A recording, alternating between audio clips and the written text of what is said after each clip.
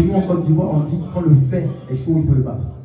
Et c'est en ce moment-là que la population ivoirienne a le plus besoin de nous.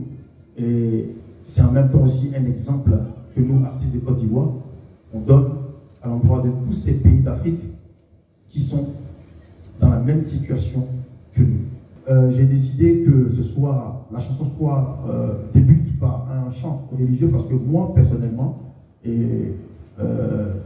on l'a toujours dit, en toute chose, il faut toujours mettre Dieu devant. Et donc, le fait de commencer par cette stratégie, Mola, qui est un membre très important du coupé décalé, puisqu'il fait partie des créateurs, des concepteurs de ce genre musical, qui nous a permis, nous autres, en tant qu'artistes, d'éclore à la face du peuple et du public international. À Bonidal, le reggae Jim Thompson, qui représente l'Est de la Côte d'Ivoire.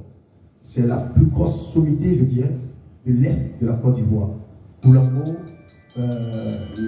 cette grande ville-là de Bonitou, c'est ça? Voilà.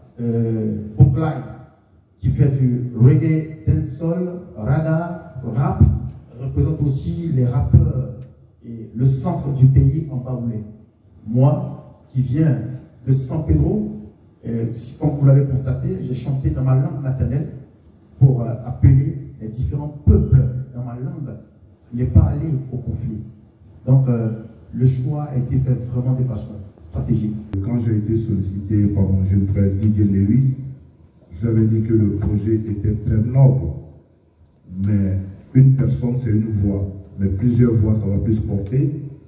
Donc les artistes étant les voix des sans-voix ont décidé unanimement, de manière spontanée, chacun a pu donner ce qu'il pouvait donner, puisque c'est une œuvre de l'esprit. Ce collectif est représenté ici par les artistes reggae, coupé décalé, Zouglou, et les artistes ont chanté en langue pour vous dire que ce brassage est important. On a fait appel aussi aux artistes chantent pour que Dieu puisse mettre sa main dans comment dirais-je, sur ce collectif. Le groupe Fanfafon est là aujourd'hui.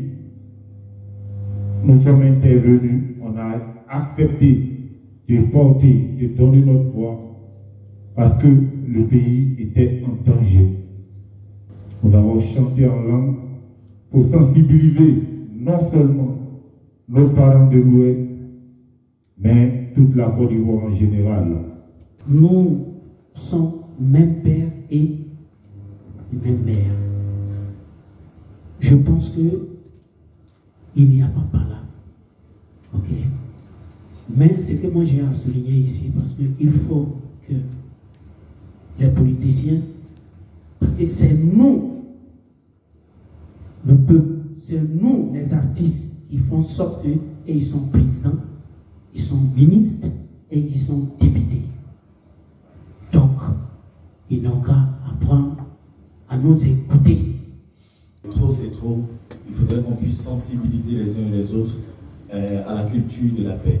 Et moi je pense que c'est une initiative à saluer, à accompagner. Et donc comme l'a dit tout à l'heure le grand frère Mola, nous comptons sur la presse pour pouvoir accompagner. Je salue aussi le fait qu'on ait mis un artiste chantre au départ de cette activité, parce que la paix, c'est le premier nom de Dieu. Moi, je veux encore saluer l'initiative venant de la part de DJ Lewis, parce que quand les événements ont commencé, personnellement, on avait comme l'impression que chacun était dans son coin. Chacun avait un peu peur.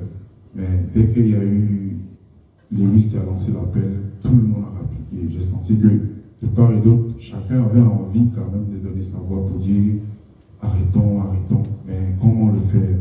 Et moi, franchement, prendre tout ça sur lui, c'est vraiment grand. Quand on va annoncer la campagne de la tournée, ce n'est pas une question d'artistes prioritaires de ceux qui ont chanté.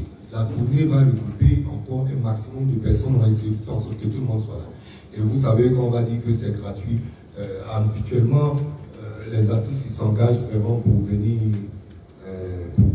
pour être présents. Quand ils savent qu'il y a du monde qui peut lancer un message, ils vont venir. Sinon, les efforts ont été faits et on a essayé, ceux qui ont pu.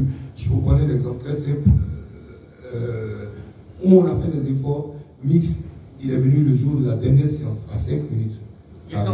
Il était en plein tournage de clip. On s'est mis, on a envoyé une voiture, il est venu, il a posé rapidement. Donc c'est des images, c'est des moments comme ça. Ougui Solo, c'est un Congolais. Aujourd'hui, je fais ma vie en Côte d'Ivoire. Aujourd'hui, grâce à Côte d'Ivoire, que j'arrive à manger, j'arrive à nourrir mes enfants. Donc je ne peux pas croiser mes bras, voir un pays qui me nourrit, un pays qui m'a fabriqué, que les gens pleurent, les gens meurent. Donc je ne peux pas rester tranquille. Dès que Loïs m'a fait appel pour ce projet, je dis tout de suite oui, pour contribuer aussi. Je vous demande à tous de nous accompagner sur ce projet parce que ce n'est pas le projet de Mola, ce n'est pas le projet à Lévis, ce n'est pas le projet à Bonidal, c'est le projet des Ivoiriens. Mabo Primo, Mabo Primo, Mabo Primo,